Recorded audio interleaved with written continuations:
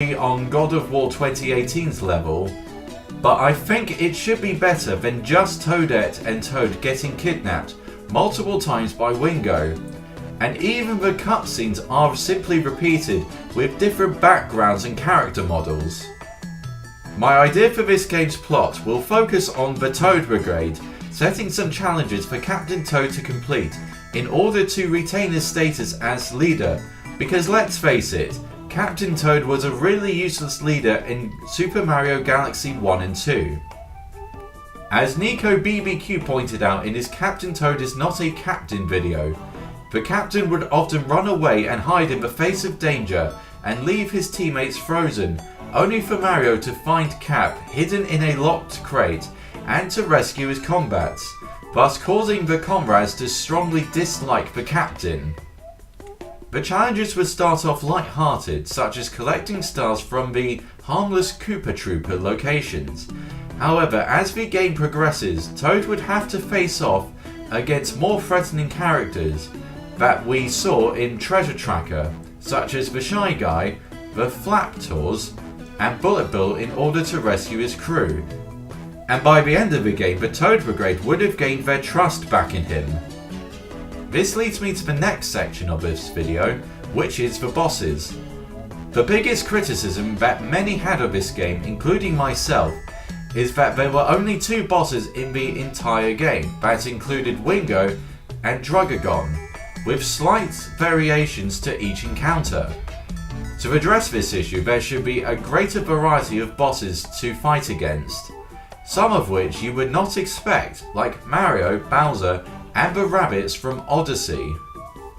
My idea for the Mario boss would feature Mario jumping across different platforms while Captain Toad is riding the turnip minecart, to which Toad would need to hit Mario enough times before he becomes tired, and then you inflict damage to Mario by pulling a lever underneath the platform to open a pool of lava. This boss would get progressively harder, with Mario jumping faster and start throwing fireballs when he gets the fire mushroom that you can block with your turnips, and would need to hit twice before he becomes tired. The Bowser fight would be similar to the ones in Super Mario 3D Land, where you have to stand on the button that will make the platform Bowser is standing on disappear, resulting in his death. But how you would get there is going to incorporate elements from the lava levels found in the first Captain Toad game, such as movable platforms and Bullet Bill.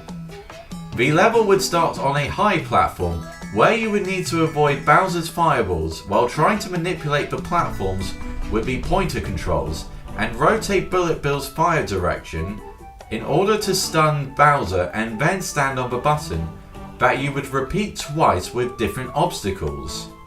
My final idea for a boss fight would be Nabbit. However, the goal of these bosses would not be to defeat him, it would instead be trying to catch him.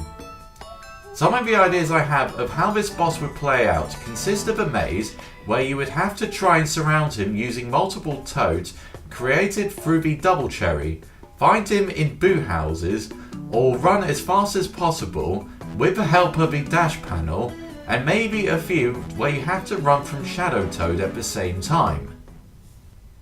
Which brings me over to the next thing I think needs improving in a potential sequel, and that is the multiplayer options.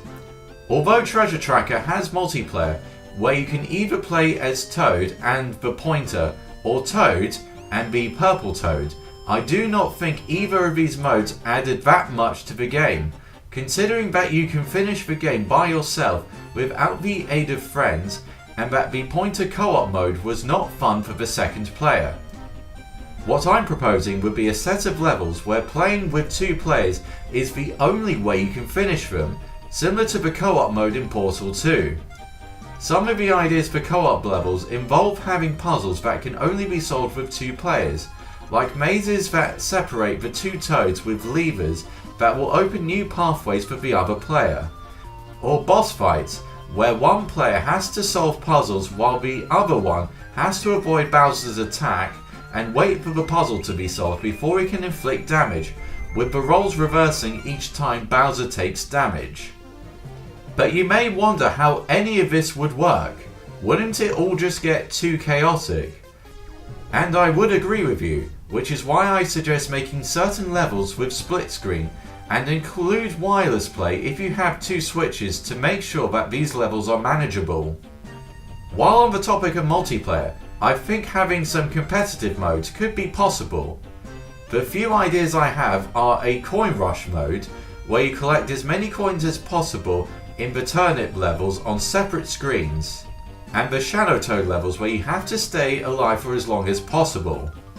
I would also suggest races on levels that utilise the boost pads as the level's main mechanic, and a similar level to the final Super Mario Odyssey level, where the amount of coins, toads that followed you to the end, and the time taken to finish the 30 stages factor into the final score. Finally, I would include a mode where both players face off against Wingo on separate screens.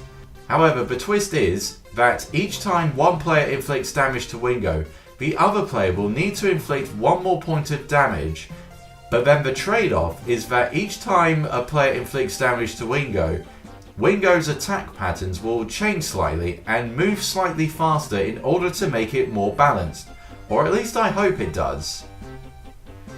Well, I hope you enjoyed my discussion video of what a sequel to Captain Toad could look like. If you did enjoy this video, why not give it a like or share it with your friends? And if you have your own ideas for what the next Captain Toad game could include, why not leave them in the comments section below? I've been Frank21 and I'm signing out.